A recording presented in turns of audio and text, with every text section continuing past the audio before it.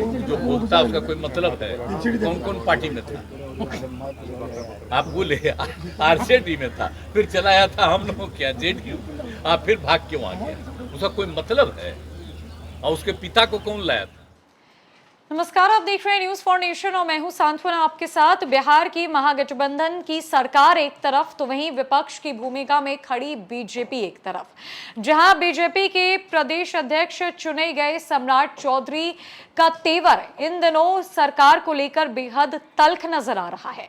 हालांकि जब वो बिहार विधान परिषद में नेता प्रतिपक्ष थे तब से लेकर अब तक उन्होंने कई दफा मुख्यमंत्री नीतीश कुमार और तेजस्वी यादव पर कई तरह के सवाल खड़े किए हैं, कई आरोप लगाए हैं। लेकिन जब से उन्हें प्रदेश अध्यक्ष की नई जिम्मेदारी या यूं कहे वो प्रदेश अध्यक्ष की नई भूमिका में आए हैं, तब से उनके तेवर और भी ज्यादा तेज हो गए हैं।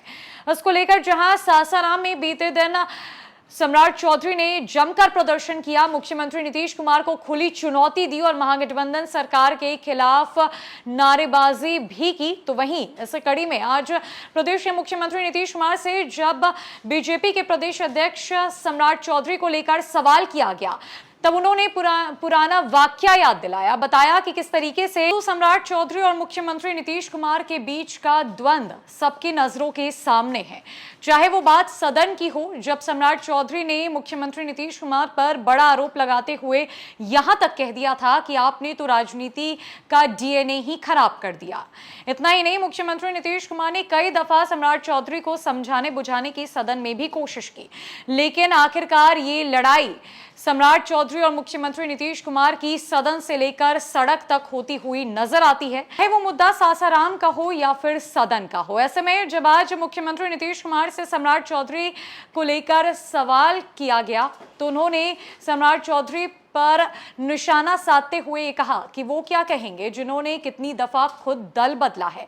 पहले कभी आरजेडी में गए तो कभी जदयू में गए, फिर कोई रास्ता नजर नहीं आया तो अब बीजेपी में जाकर मेरे खिलाफ कह रहे हैं।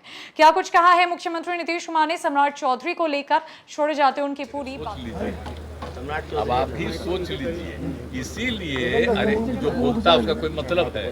कौन कौन पार्टी में था आप बोले?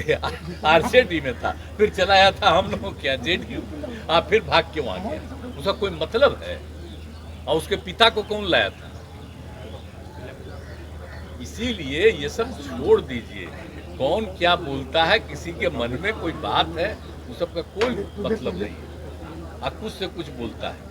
अब आप जानते हैं ना, हम लोगों का संबंध था अगर तो क्या श्रद्धेय अटल बिहारी वाजपेयी जी के नेतृत्व में हम काम किए। हम बराबर ना आपको कहते हैं कि ये लोग अब श्रद्धेय अटल बिहारी वाजपेयी जी को भी याद कर रहा है और उन्होंने जो किया। और देखिए, श्रद्धेय अटल जी के टाइम में कभी भी हिंदू मुस्लिम का कोई झंझट नहीं होने दिया और सब मिल करके काम कर रहे थे। सबका, विपक्ष के लोग भी रहते थे, वो भी खुशी प्रकट करते थे। हम लोग तो रहे हैं ना, कितना ज्यादा हम लोगों को मानते थे। हम एक बार एक्सीडेंट हुआ, आप जानते हैं, जब हम रेल मंत्री थे तो हम रिजाइन कर दिए और वो तैयार ही नहीं थे। तो हम दूसरा बार जाके हाथ जोड़ करके कहे कि हमको चुनाव फिर है सर, तो मान लीजिए।